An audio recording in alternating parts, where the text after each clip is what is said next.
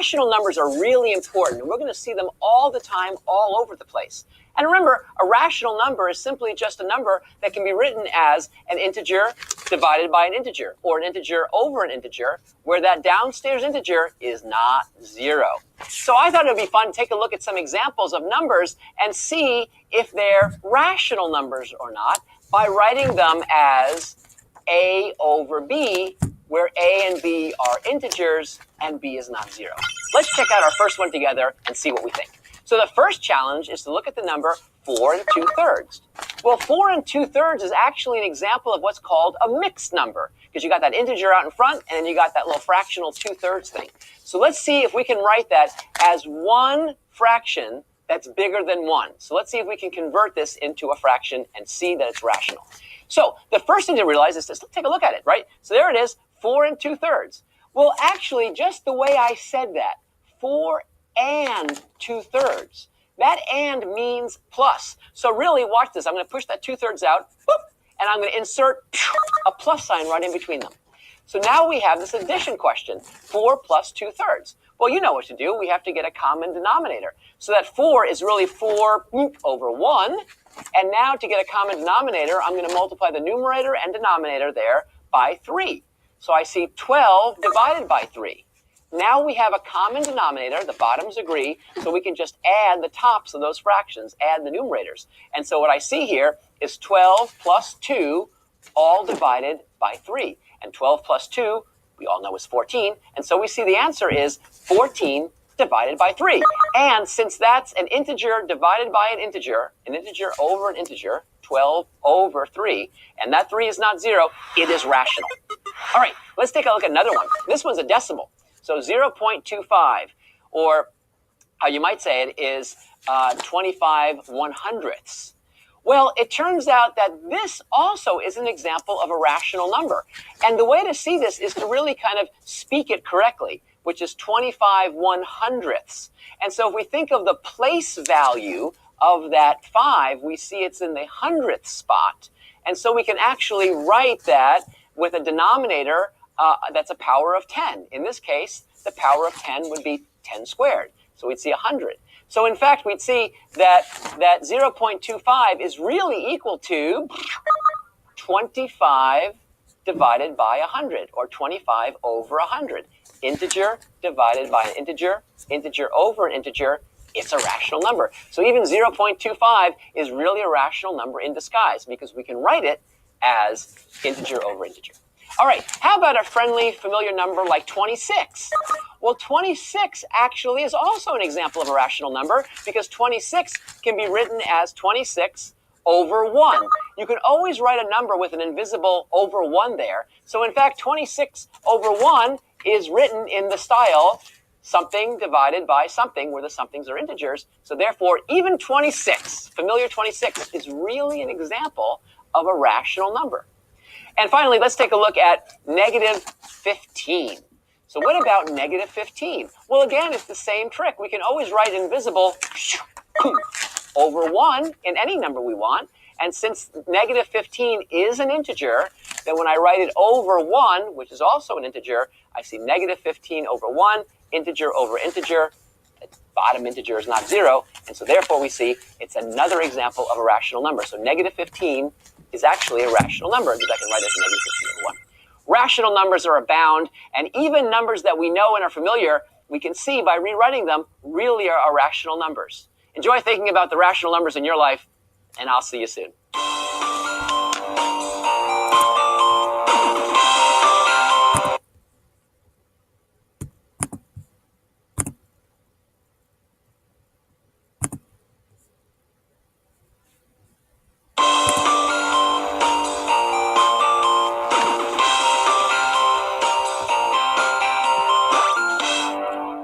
You know, as we're seeing, there's lots of different types of numbers. We've already seen whole numbers. Those are the numbers that we count with, including 0. We've seen integers, which are the whole numbers along with their opposites, the numbers with the negatives in them. And then we're now thinking about rational numbers, which are the numbers that can be written as a over b, where a and b are integers and b is never 0. So let's actually see how we can look at all these numbers together. They kind of fit together nicely, and we can use what's called in mathematics a Venn diagram to actually see that visually. So a Venn diagram is just a really cool way. Here, I'll put one kind of there. It's just big old blobs. And then you can put blobs inside of blobs to show that the stuff inside the little blob is also something that's part of the big blob. So you can have things kind of more refined. So for example, with the numbers that we've been thinking about recently, the biggest blob we can think of right now are rational numbers. They're kind of all-encompassing, big blob. And then there's an inside, more refined version of rational numbers, which we actually saw together, which are actually called the integers. The integers, remember, are special cases of the rationals because the integers, after all, can be written as that integer over 1. And then inside the integers, we have the whole numbers, the numbers that aren't the negative ones, just the positive and 0 ones. So we can put another little blob inside to actually indicate the whole numbers. So let's just have some fun by looking at certain numbers and seeing exactly where they fit in this Venn diagram, kind of which little blob do they go in. So let's start off with the number negative 12. All right, is negative 12 a rational number? Can I write it as a over b, where a and b are integers? Well, of course, negative 12 is an integer, so I can write it as negative 12 over 1. So therefore, we see that it's a rational number. Awesome. Now, is it an integer? Well, absolutely, because it's the negative, it's the opposite of 12, and 12 is just a regular old-fashioned whole number. So in fact, we see that this is an integer. So we can push negative 12, watch it, I'm going to push it down even deeper into the Venn diagram to the integers blob. Can we push it all the way down to the whole numbers blob? Well, check it out. Negative 12 is actually the opposite of 12. It's a negative number, and whole numbers are not negative. So in fact, we can't push it into that elite club. That club is too elite. This negative 12 just makes it to the integers. Isn't that fun? Okay, let's try another one. How about 0.4? Or the way we read that is 4/10. Well, just by saying 4/10, it actually gives us a clue that we can write it as 4 over 10. So we can convert that decimal expansion of the number actually to a number that is now easy to see to be rational, namely 4 over 10. Now, 4 over 10 is an example of a rational number. So it definitely makes it into the first club. Can it go deeper? Well, is it an example of an integer? Well, sadly, no, it's not an integer. Do you see why? Because it's not one of the numbers that we would see as a whole number or the opposite of a whole number. It's actually between two whole numbers. It itself is not a whole number, so it can't even make it down into the integer category. It's stuck at that top category of rational numbers. It can't go any deeper. How about the number 11? Well, 11 is certainly a rational number because I can write it as 11 over 1. So that's easy because 11 itself is an integer. So it's definitely a rational number, so we're in the game. Can we go deeper? It's like, how low can we go? It's almost like limbo. Well, 11 over 1 is a rational. 11 itself, of course, is an example of an integer. So it actually makes it into the integer category, and in fact, it's a positive integer, so it makes it all the way down into the whole number category. It made it to the absolute most elite part of our Venn diagram. It's an example of a whole number, so I'm going to put it right there. And finally, let's take a look at negative 2/3 together. Well, negative 2/3, we can see immediately that it is a rational number because I have it as negative 2 over 3, and those are both integers where the 3 is not 0. So we definitely make it into the first category, into the rational blob, but can I go any deeper? Sadly, no. It's not an integer. For it to be an integer, we'd have to be able to write it as that over 1, an integer over 1, and negative 2/3 is not an integer. So it can't even go into the integer category. There's no need to even think about the whole number category because we know the game's over. It's stuck in the rational category and can't go any lower, any more refined. Anyway, you can see how we can classify different types of numbers. The beauty of looking at numbers and seeing their structure is to see the different types of numbers that are around us, and the Venn diagram is a powerful way to actually visualize where we are in our world of number. Have fun thinking about numbers on your own, and we'll see you soon.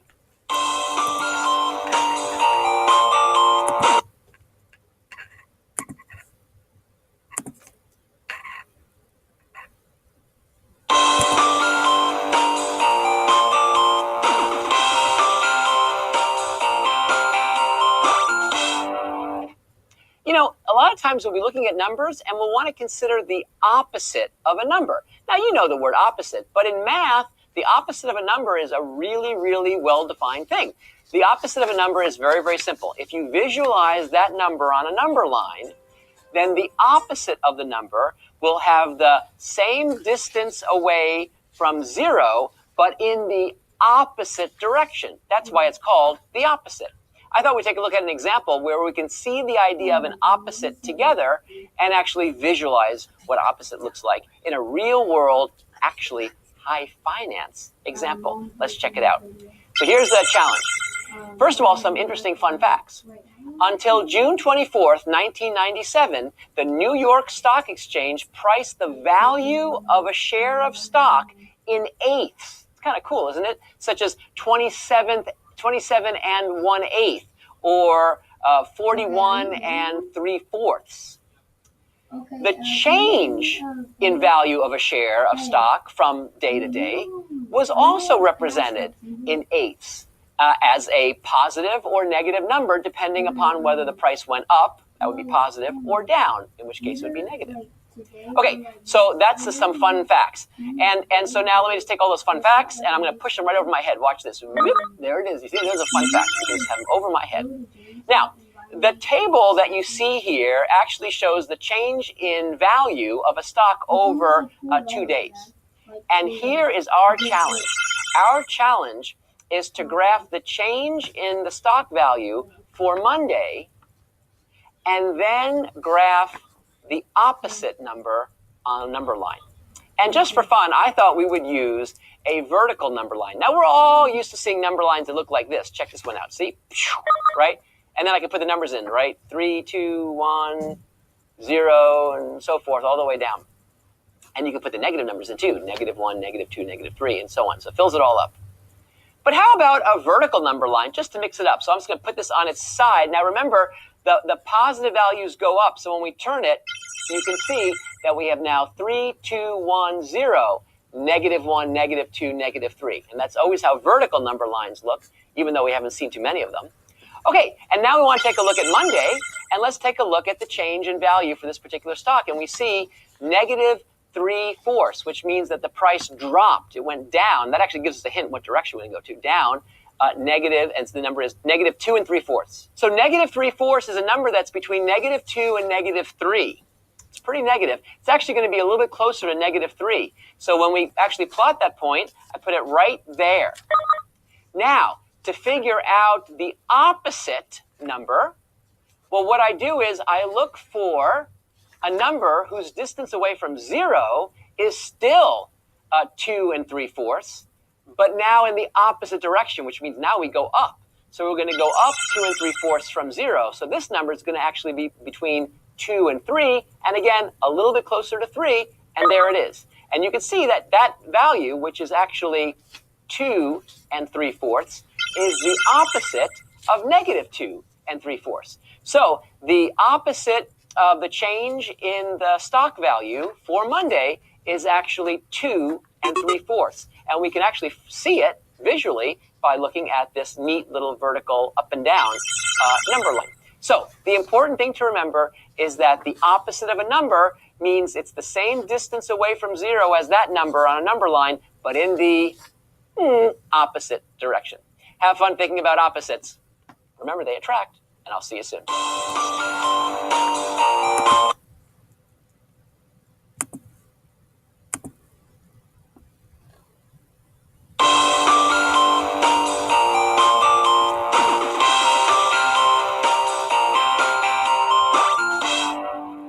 The absolute value of a number is merely the distance between that number and 0 if you were to plot it on a number line. And that's what's key. Let's take a look at an example and see absolute values in life. In fact, this is going to be a cold absolute value. So I've got a little table here that actually shows the average low temperatures in December in one location during a 4-year span. So you can see all 4 years, and you can see the low temperatures. Our challenge is to find the absolute value of the average December low temperature in the year 2020. 2011. So check out the chart, and you can see all 4 years there. And 2011 is that one way over there. You can see it, and you can see what the temperature there was, the low temperature. It was negative 1.2 degrees Celsius. So we have to first of all plot negative 1.2 on a number line. And again, I just thought it would be fun to use a vertical number line. So there it is. There's a vertical number line, and I label it. I'd say 3, 2, 1, 0, negative 1, negative 2, negative 3. And now what I'm going to do is I'm actually now going to plot the point negative 1.2. So where does that live? Well, it lives between negative 1 and negative 2, and it's actually going to be a lot closer to the negative 1 this time because the rational number negative 1.2 is actually closer to negative 1 than it is to negative 2. So I'm going to put it right there. So there it is. You can see it. And so that represents that value. Now, what's the absolute value? Well, that represents just the distance between that point and 0. And so if we look at that point and 0, we see what that distance is, which is 1.2. And so the absolute value of negative 1.2 is 1.2. Here's a way of thinking about it. In fact, this is a kind of a little sneaky thing. It's between you and me. It's measuring length. Absolute value is measuring length. And if you take out a ruler and look at a ruler, you will never see negative numbers on the ruler. It starts at 0 and then goes up. And that's why the absolute value of a number will never be negative. It's always going to be positive or maybe 0. And so that's a way of thinking about it. It's distance. So in our example, however, what we can see is we can actually write the absolute value. And the way we write it is we use these vertical lines. It's kind of fun. We nestle the number in between 2 vertical lines, and that means absolute value. So when I write that, it means the absolute value of negative 1.2, and we've seen what the answer is. It equals, boom, ta-da, 1.2. Kind of a little between us. If you're taking the absolute value of a negative number, all you got to do is strip away that negative sign, and that's going to give you the absolute value. And if you're taking the absolute value of a positive number, there's nothing to do. The absolute value of a positive number equals itself. How cool is that? Absolute values allow us to see the distance a point is from 0. Enjoy thinking about absolute values even in cold temperatures. I'll see you soon.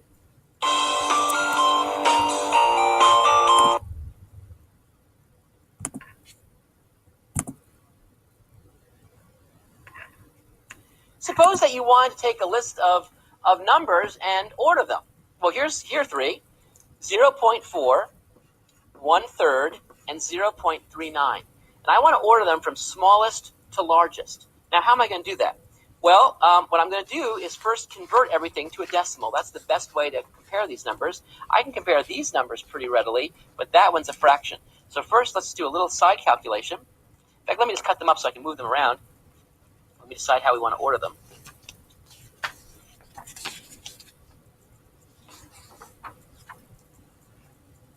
So first, let's actually figure out the decimal equivalent to 1/3. So I take 1 divided by 3, 0, subtract, I get a 1, bring down to 1. So I bring down a 0. I see 3 goes into 10 3 times. 3 times 3 is 9. Subtract, I get a 1. This is deja vu again, because I see the 10 again. So that's going to be a 3 again. That's going to be a 9 again. I subtract, I get a 1 again. And I see this repeats forever. So I see that 1/3 has an equivalent decimal expansion to be equal to 0.333 forever. Is that really true? Sure is. There it is. So that's pretty cool. So now that we have them in decimal, we can actually order them. How do you order? Well, we start the furthest left and look for the greatest digit to find the biggest number. So everyone starts with a 0, so they all tie there. Now we'll go to the 10th place. This is a 4, that's a 3, that's a 3. These guys tie, but they're both 3s. That's smaller than the 4. So this is the world's champion. That is the biggest, way over here. Now, what about the rest? You see, some people might say, hey, wait, there are sort of an endless run of 3s, so that's much bigger. But no, we start from the left and we systematically look for the biggest digit. So they tie here, but the moment I go to this digit, I see a 9, and here I see a 3. Doesn't matter what the other digits are. The game is over. The 9 wins. And in fact, this is the next biggest one. And finally, this is the smallest one. So if we want to sort of plot this on a number line, we can do it. I'm going to enlarge the number line to show lots of detail here. In fact, I'm just going to show you the number line from 0 0.3 to 0.4. So this is a real close-up into the number line. All right, well, where are these numbers? Well, 0.4, that's pretty easy. It's literally right there, right? So that's pretty straightforward.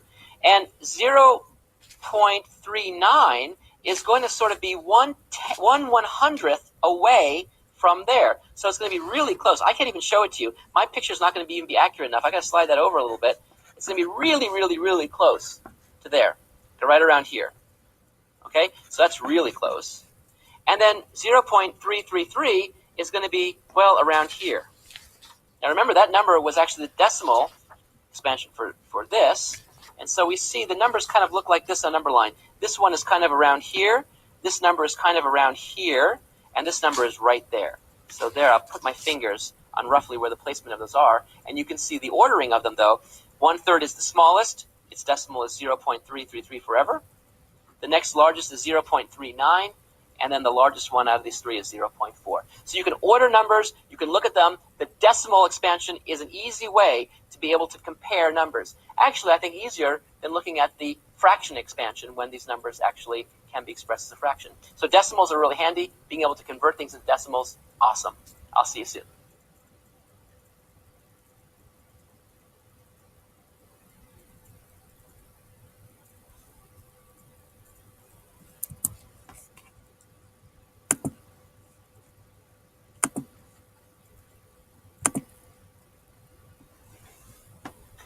Hey, let's put all these ideas together and see how we can actually order decimals and fractions together. And one way of doing it is just to literally plot those points on a number line. So here's a bunch of numbers: 1 3/4, negative 0.6, 4/5, 0.55 repeated. So 0.555555 and so forth. Well, plotting decimal numbers are really easy because this is the real number line and it's pretty straightforward. But with the fractions, it might be easier to first convert them to their analogous decimals. So let's do that first. So first of all, what is 1 3/4? Well, 3/4 is 0.75. So 1 3/4 is 1.75. So 1.75 is located where on the number line? Well, here's 0, here's 1, here's 2. 1.75, this is 1.5. 1.75 is halfway between 1.5 and 2, so it's located right here. So right here is 1.75.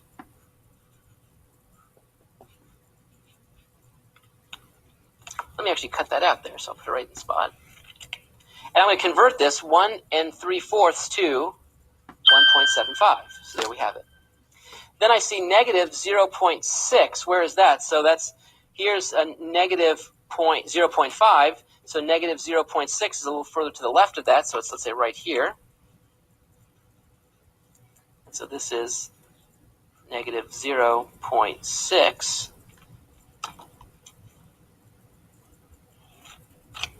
So put that right there.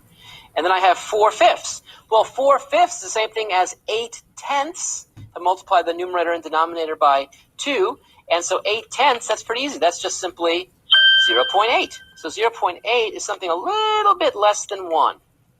Maybe right here. 0.8. And then what about 0.55555 repeating? Well, of course, that's something that's a little teeny bit bigger than 0.5. 0.5 is here, so this is a little bigger than that. I'll put it right here. And this is 0.55 repeating. And now you can see I can read off the order by starting from the left and just moving until I hit the numbers. And so I first hit so negative 0.6. The next thing I hit is 0.55 repeated. The next thing I see is 0.8. And the next thing I hit is 1.75. So that's the order of them. Now, what exactly are they? Well, I have negative 0.6. I have 0.55 repeated. I have this number, 0.8, which I remind you is just 4/5. That's how it was given to us. And 1.75, I remind you, we converted that from 1, and 3/4. So in fact, here is the ordering of these numbers from smallest all the way up to largest. You can order the numbers. Neat. Anyway, taking fractions and decimals and being able to compare which is larger and being able to actually order them is a really important skill when we're trying to see which is bigger than something, which we're always doing. And it turns out that with fractions, getting a common denominator is a wonderful way of actually then comparing the numerators to see which fractions are larger, or expressing everything in terms of decimals, putting them on a number line, and just reading from left to right. I'll see you soon.